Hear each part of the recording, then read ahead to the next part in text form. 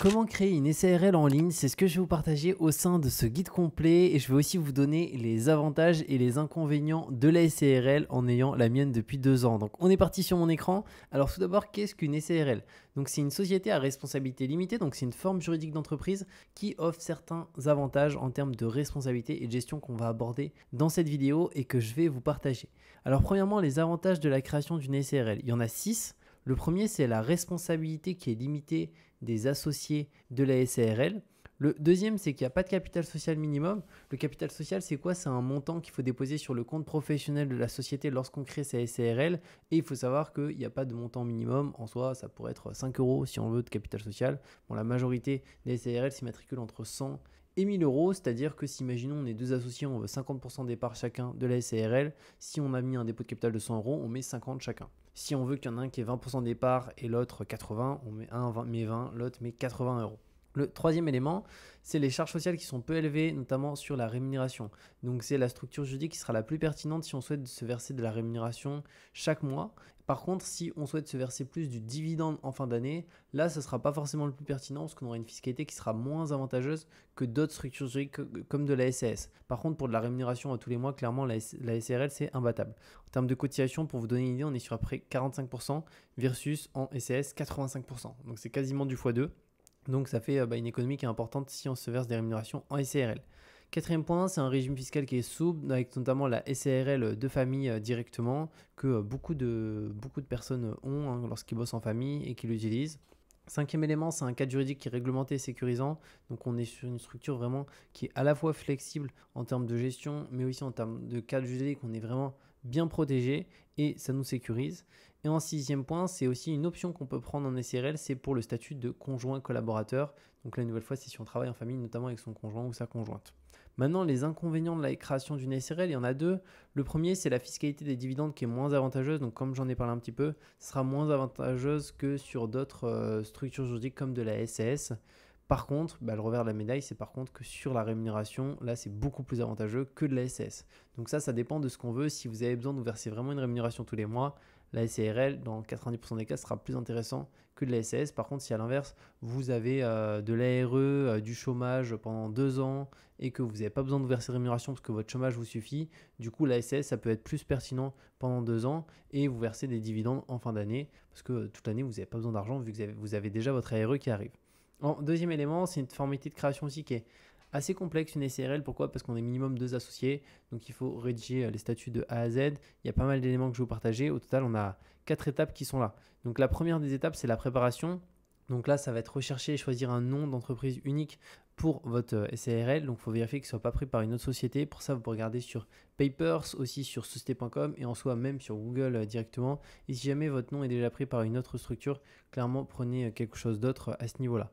Le deuxième élément, ça va être définir le capital social en fonction des besoins de votre activité. Donc on l'a vu, ça n'a pas de répercussion sur le fonctionnement de la SARL, donc ça peut être 100 euros, 1000 euros ou autre. Juste un élément important, c'est que si notamment vous souhaitez lever de l'argent auprès des banques avec votre SARL dans le futur pour peut-être acheter du stock, acheter un local, etc., les banques ont tendance à quand même beaucoup regarder le capital social de la société parce que le capital social, c'est notre responsabilité qui est totale. C'est-à-dire que si demain on fait faillite parce qu'on n'arrive plus à rembourser nos créanciers, les créanciers vont pouvoir récupérer ce fameux capital social. Donc les banques, en général, préfèrent prêter à des SARL qui ont un capital social qui est important, imaginons 1000, 2000 et plus, plutôt qu'à une SARL qui a 10 euros de capital social.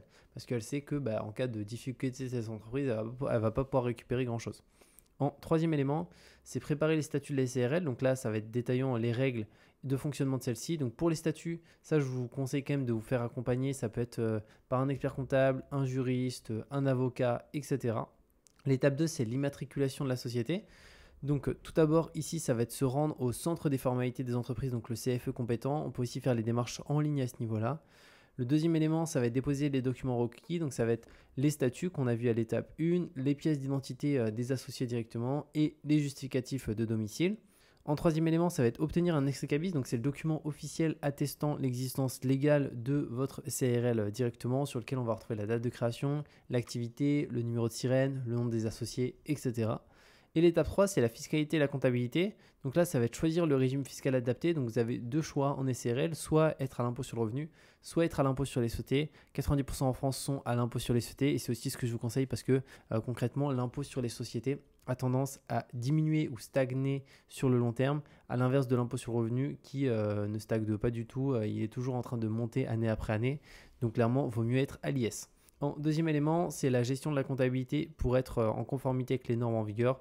Donc aussi là-dessus, il y a un bon comptable qui vous accompagne directement là-dessus. Et juste après, je vous partagerai moi par qui je suis passé. Étape 4, la gestion et l'organisation. Donc tout d'abord, ça va être nommer le gérant de la SARL. Ensuite, tenir les assemblées générales régulières pour prendre des décisions importantes. Alors ça, de toute manière, avec votre comptable, vous verrez, c'est quelque chose de très simple, les assemblées générales. Mais voilà, vous pouvez organiser ça avec le comptable très facilement.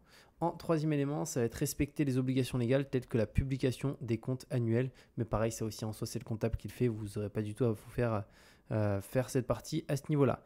Maintenant, je vous partageais moi la solution que j'ai fait pour créer ma SARL en ligne avec mon associé. Alors, je pense qu'il en existe d'autres. L'avantage, c'est que du coup, nous, on a pu payer 0 € en passant par eux parce qu'ils avaient une offre sur le moment et j'ai vérifié, ils l'ont encore. Donc, ça peut pour certains peut-être vous intéresser.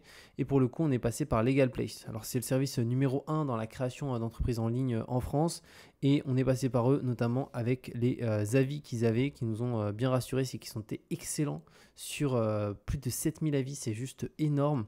Et pour le coup, franchement, on était très bien accompagnés, notamment sur la création de la structure qui a été très rapide. On a eu aussi un rendez-vous avec un juriste pour faire un point et qui puisse nous accompagner, en sachant qu'on a aussi la comptabilité de la SARL chez eux maintenant.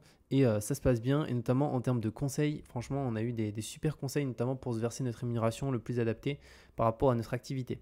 Donc la création de la SARL coûte 0 €. Alors comment c'est possible? Parce que concrètement, rien n'est gratuit dans la vie.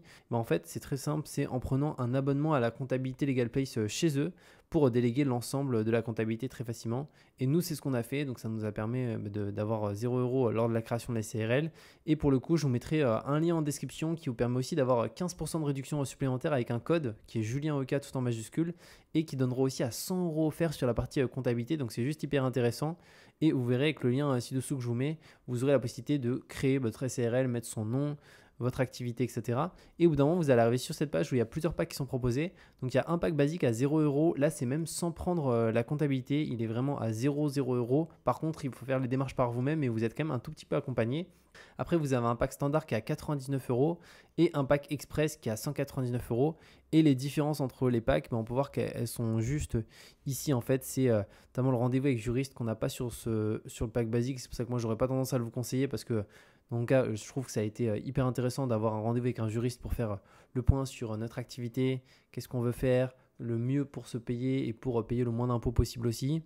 Et après, on a Standard Express. Moi, dans mon cas, j'ai pris Express à 199 €, mais on a payé 0 parce que quand on clique sur choisir juste ici, en fait, on peut voir que la création Express 24 heures, elle est offerte avec la partie expert comptable Place. Donc, si on prend la compta, et nous, c'est ce qu'on a fait. Donc, dans notre cas, on a pris la compta. Alors, on ne paye pas 75 €, on paye 89. Ouais, c'est toujours 89 actuellement.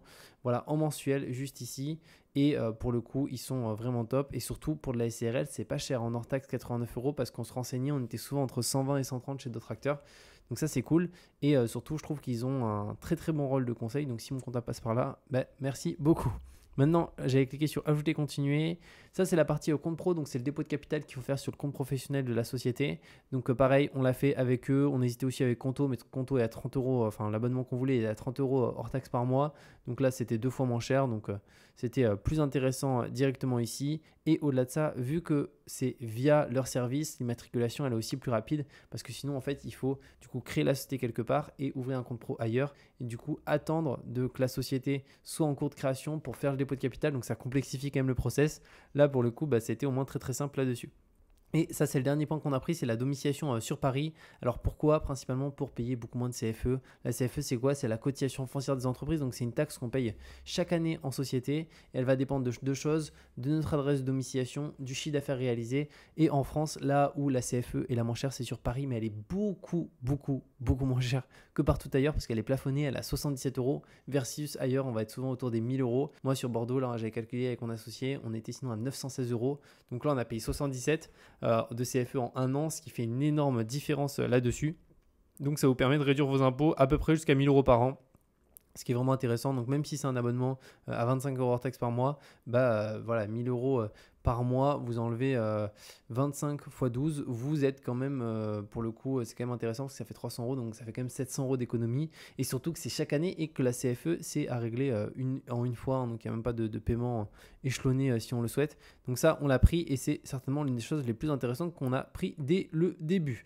Donc voilà par rapport à cette vidéo sur comment créer une SARL en ligne de A à Z. N'hésitez pas, si vous avez la moindre question, à me la mettre en commentaire, je vous répondrai avec plaisir. Et comme je l'ai dit, je vous mets le lien de cette vidéo pour créer votre SARL en quelques clics. Et au-delà de ça, vous pouvez utiliser le code de réduction qui est JulienEK, qui vous permet d'avoir 15% de réduction sur la création, mais aussi la partie domiciliation, compte pro et 100 € offerts sur la partie comptabilité. Donc c'est juste hyper intéressant. Et on se retrouve de toute manière très bientôt pour de nouvelles vidéos.